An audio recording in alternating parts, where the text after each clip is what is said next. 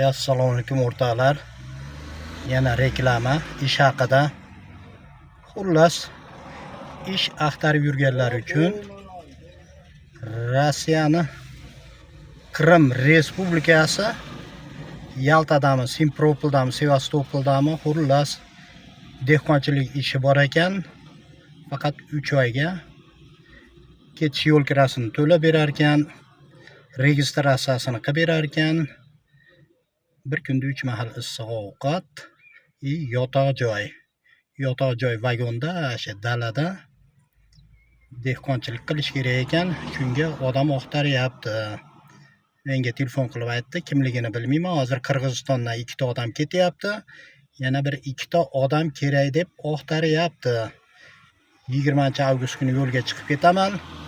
Mabodo ish oqtarib yurganlar bo'lsa, 20-kungacha aloqaga chiqsanglar, sizlarni ham olib ketaman. Yo'l kirani o'sha odam to'laydi ekan. Hijolat bo'lmanglar, yo'l kiram yo'q edi deb. Endi bu sal yosh kattaroq odamlar uchun, yoshlar unamaydi. 60 minggacha qilib berar ekan. Endi 50 ming tepasi 60 minggacha dedi. 3 mahal ovqat, yotog'i, dokumenti, asha registratsiyasi hamma yo'g'ini qilib beraman dedi. Ularning ishi dedi 5 gektar karam bor ekan. Sug'orish kerak ekan, shu yana karamda ishlari. Tushunmayman, nima qilish kerak endi. Chopilmaydi, boshqa qilmaydi, u yerda traktor haydaydi, girbis traktor sepadi. Xullas sug'orib yurib qarash kerak ekan. To o'zi bo'lguncha ish 3 oygacha.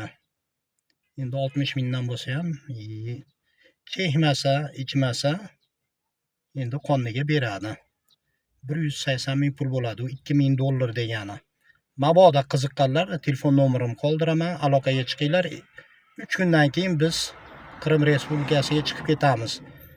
Agar ulgib qolsanglar olib ketaman, bo'lmasa 2 ta qirg'izistonlik bor, shular bilan ketaman. Aloqaga chiqsanglar telefonlashamiz, qolgan ma'lumotlarni o'zi bilan gaplashtirib qo'yaman sizlarni. Bas shunaqa gaplar.